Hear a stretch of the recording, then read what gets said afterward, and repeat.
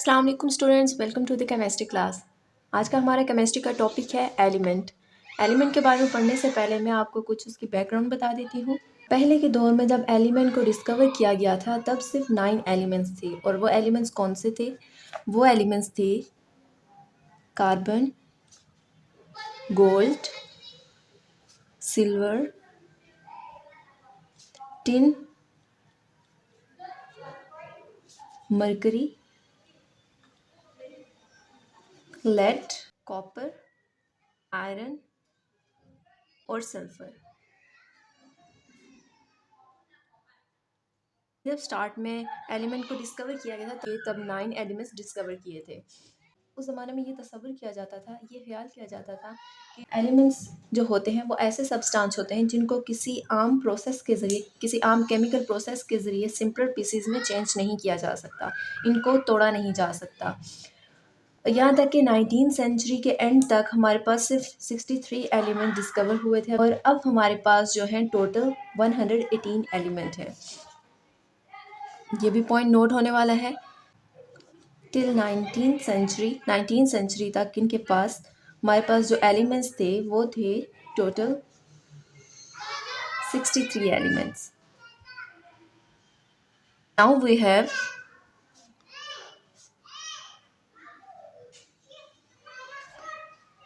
118 elements. अब हमारे पास कितने एलिमेंट्स मौजूद हैं? 118 एलिमेंट्स। इन 118 एलिमेंट्स में से कुछ एलिमेंट्स ऐसे हैं जो हमारे नेचर में फ्रीली मौजूद हैं, जो हैं टोटल 92 एलिमेंट्स जो हमारे नेचर में पाए जाते हैं।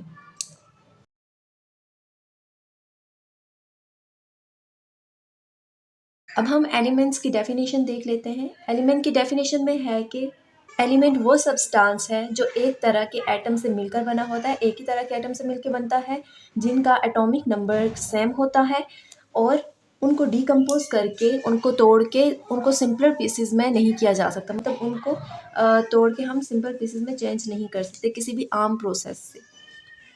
तो इसकी डेफिनेशन को हम ऐसे लिख लेते हैं। इसकी डेफिनेशन है element is a substance made up of same type of atom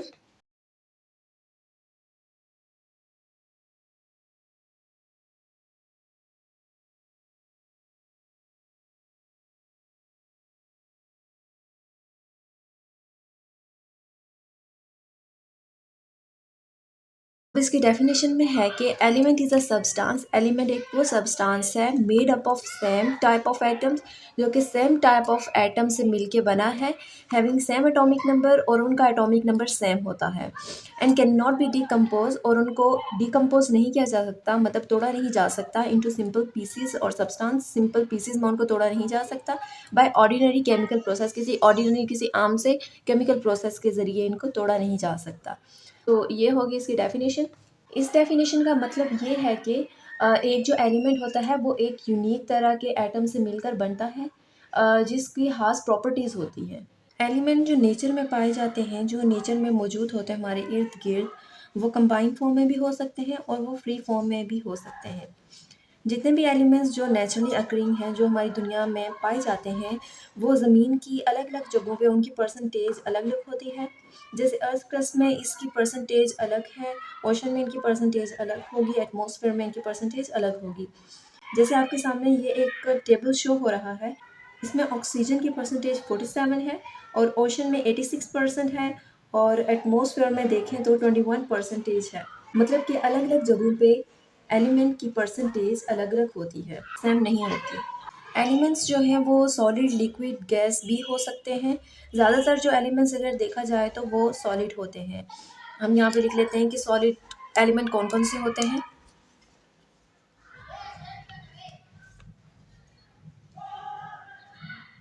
ज़्यादातर जो होते हैं वो सॉलिड एलिमेंट्स होते हैं, जैसे कि हमारे पास हो गया सोडियम, कॉपर,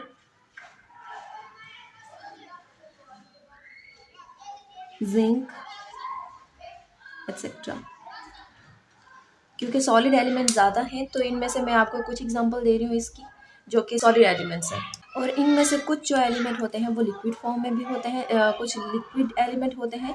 और लिक्विड एलिमेंट कौन कौन से हैं?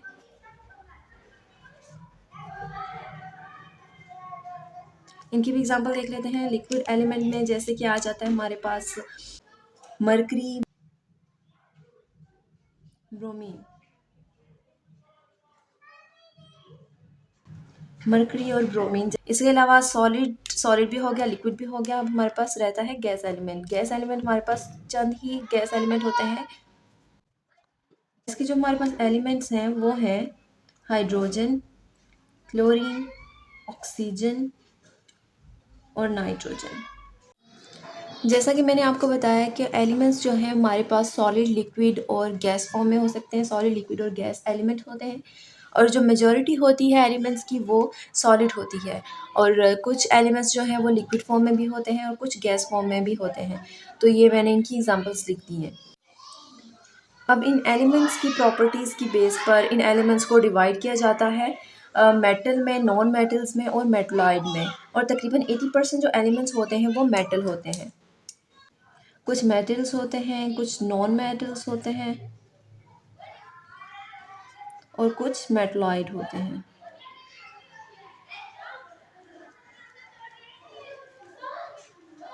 मेटल्स जो होते हैं वो तो सॉलिड में ही आ जाते हैं, वो मेटल्स होते हैं। नॉन मेटल क्या है? नॉन मेटल वो हैं जो मेटल नहीं होते, मतलब लिक्विड भी हो सकते हैं वो। और इसके अलावा मेटलॉइड आ जाता है हमारे पास, इसमें गैस भी आ सकता है। अभी हमारे पास 3 टाइप्स हैं एलिमेंट्स की जो हम आगे पढ़ेंगे। अब हम देखते हैं कि एलिमेंट्स को किस तरह से रिप्रेजेंट किया जाता है। एलिमेंट को सिंबल से रिप्रेजेंट किया जाता है। जो एलिमेंट से ही लिए जाते हैं, एलिमेंट्स की एब्रीविएशन से लिए जाते हैं। जैसे अगर एक लेटर है तो वो कैपिटल होगा, एक लेटर है तो वो कैपिटल ही होगा। जैसे हाइड्रोजन है तो हाइड्रोजन का एच हम लिखेंगे।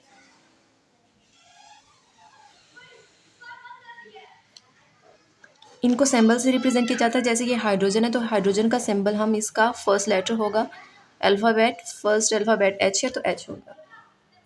उसके बाद जैसे दूसरी एग्जांपल है हमारे पास आ जाता है कार्बन। कार्बन है तो इसका फर्स्ट लेटर सी है तो कार्बन से लिया गया, हमने कार्बन ले लिया। इसके अलावा हमारे पास आ जाता है नाइट्रोजन। नाइट्रोजन को एन से रिप्रेजेंट किया जाता है, हाइड्रोजन को एच से, कार्बन को सी से, एन को नाइट्रोजन से रिप्रेजेंट किया जाता है इनके फर्स्ट लेटर से। फर्स्ट लेटर को हमने हमेशा कैपिटल लिखना है, एच कैपिटल, सी कैपिटल, एन कैपिटल, इस तरह से हमने लिख लिया। अब इसके अलावा कुछ जो एलिमेंट्स होते हैं वो उनके 2 लेटर्स होते हैं। जैसे कि हमारे पास आ गया कैल्शियम।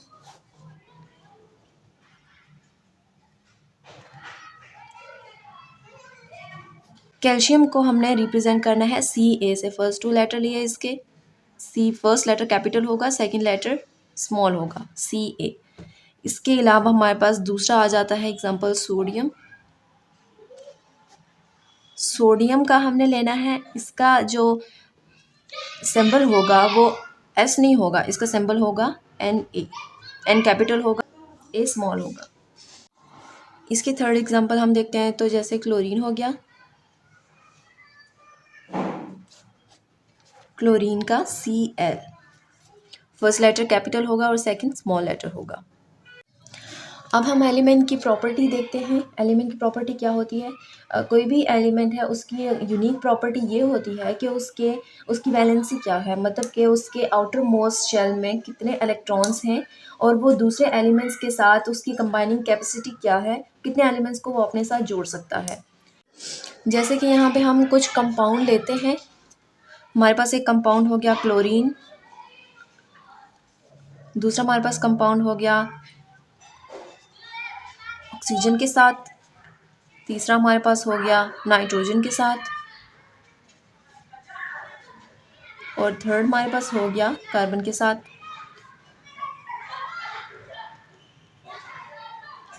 अभी हमारे पास अलग अलग एलिमेंट हैं। तो जैसे हमने देखा कि इनकी खासियत क्या होती है किसी भी एलिमेंट की, कि वो कितनी हाइड्रोजन को अपने साथ जोड़ सकता है। अब इसकी जो वैलेंसी है वो है 1। क्लोरीन यहाँ पे क्या चीज़ है? क्लोरीन है। क्लोरीन ने अपने साथ एक हाइड्रोजन को जोड़ा हुआ है तो मतलब इसकी वैलेंसी 1 है। अब ये ऑक्सीजन है, ऑक्सीजन ने अपने साथ 2 हाइड्रोजन को कंबाइन किया हुआ है तो इसकी वैलेंसी 2 होगी। यहाँ पे नाइट्रोजन है तो इसने अपने साथ 3 हाइड्रोजन को अटैच किया हुआ है तो इसकी वैलेंसी 3 होगी। इसी तरह कार्बन है हमारे पास, इसके साथ 4 हाइड्रोजन अटैच हैं तो इसकी वैलेंसी 4 होगी। तो ये वैलेंसी ये होती है जो इसकी एक ख़ास प्रॉपर्टी होती है किसी भी एलिमेंट की। सिंपली हम कहें तो वैलेंसी होती है कि एक एटम जो है कितने हाइड्रोजन एटम या इलेक्ट्रॉन लूज़ करेगा या तो वो इलेक्ट्रॉन को गेन करेगा अपना ऑक्टेट कंप्लीट करने के लिए। हमारे पास एक एटम है तो वो अपने कितने हाइड्रोजन एटम को या तो गेन करेगा या तो लूज़ करेगा तो वो अपना ऑक्टेट कंप्लीट कर पाएगा। तो ये होती है उसकी वैलेंसी। हम यहाँ पे एग्जांपल भी ले लेते हैं, कुछ एग्जांपल इसकी हैं। सबसे पहले हम सोडियम की एग्जांपल लेते हैं। सोडियम का जो सिंबल होता है वो Na होता है। इसका जो एटॉमिक नंबर होता है वो 11 होता है। इसका हम अगर शेल बनाएं, इसका स्ट्रक्चर बनाएं अगर हम, तो क्या होता है, कैसे, ये हमारे पास सोडियम है, सोडियम का हम स्ट्रक्चर बना रहे हैं। ये इसका फर्स्ट शेल आ गया। फर्स्ट शेल में हमेशा 2 इलेक्ट्रॉन्स होते हैं, 1 2 इलेक्ट्रॉन्स हो गए। क्योंकि इसके पास 11 टोटल इलेक्ट्रॉन्स हैं तो हमने 11 कंप्लीट करने। अब सेकंड शेल हम बनाएंगे इसका। फर्स्ट शेल में 2 इलेक्ट्रॉन्स होते हैं। किसी भी एटम के स्ट्रक्चर में फर्स्ट शेल में 2 इलेक्ट्रॉन्स होते हैं। अब सेकंड शेल अगर हम बनाएं तो सेकंड शेल में 8 इलेक्ट्रॉन्स होते हैं मैक्सिमम। फर्स्ट 2 हो गए, इसको साथ में काउंट करना है, 2 3 4 5 6 7 8 9 10 10 इलेक्ट्रॉन्स हो गए। अब एक इलेक्ट्रॉन रहता है, वो हमने बाहर वाले शेल में ले जाना है।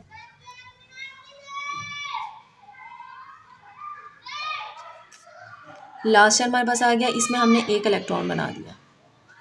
अब टोटल हमारे पास कितने इलेक्ट्रॉन हो गए, फर्स्ट जो शेल में है वो 2 इलेक्ट्रॉन्स हो गए, उसके बाद 4 इलेक्ट्रॉन्स हो गए और ये 1, टोटल हमारे पास 11 इलेक्ट्रॉन हो गए। इसके आउटर मोस्ट शेल में एक ही इलेक्ट्रॉन है। आउटर मोस्ट शेल कहते हैं सबसे बाहर वाला शेल कौन सा है, सबसे बाहर वाला शेल ये वाला है, तो इसमें एक इलेक्ट्रॉन है इसके पास।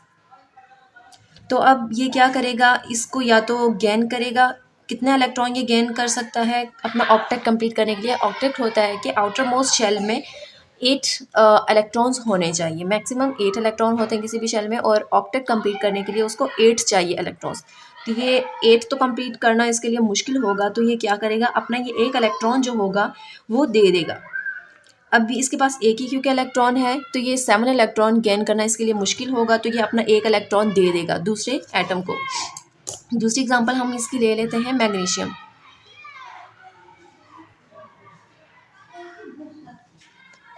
मैग्नीशियम का जो सिंबल होता है वो Mg होता है। इसका एटॉमिक नंबर होता है 12। इसका हम स्ट्रक्चर बना लेते हैं, तो स्ट्रक्चर कुछ ऐसा होगा।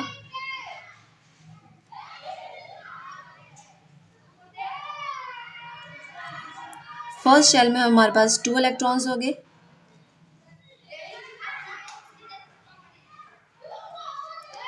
सेकंड शेल में वैसे ही हमने बनाने हैं 8 इलेक्ट्रॉन्स।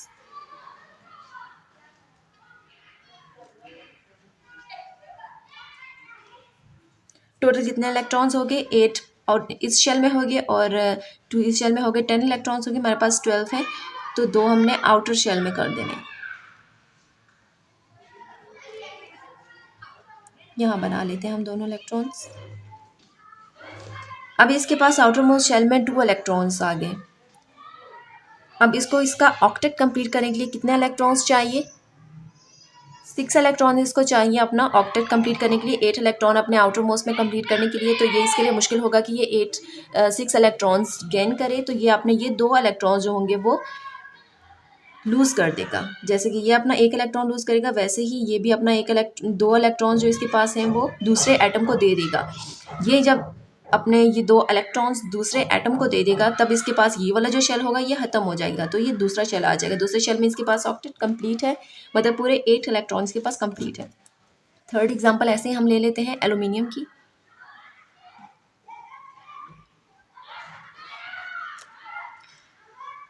एल्यूमिनियम का सिंबल होता है Al। इसका एटॉमिक नंबर होता है 13।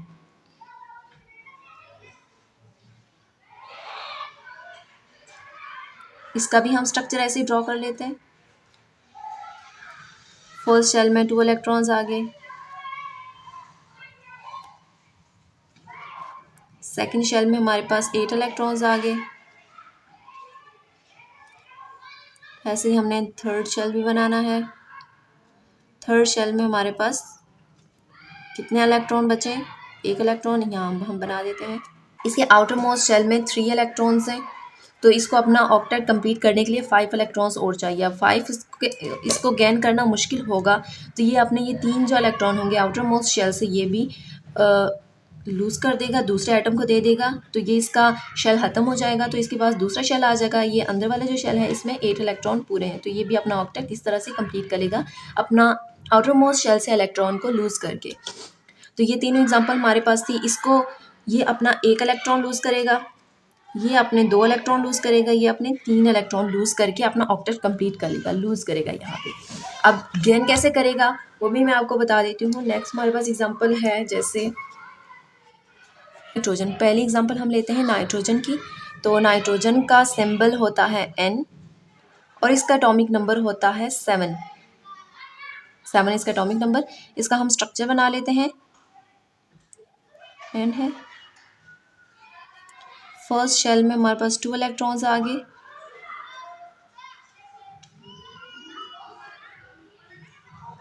सेकेंड शेल हमने बनाया। अब इसमें कितने इलेक्ट्रॉन्स बाकी हैं?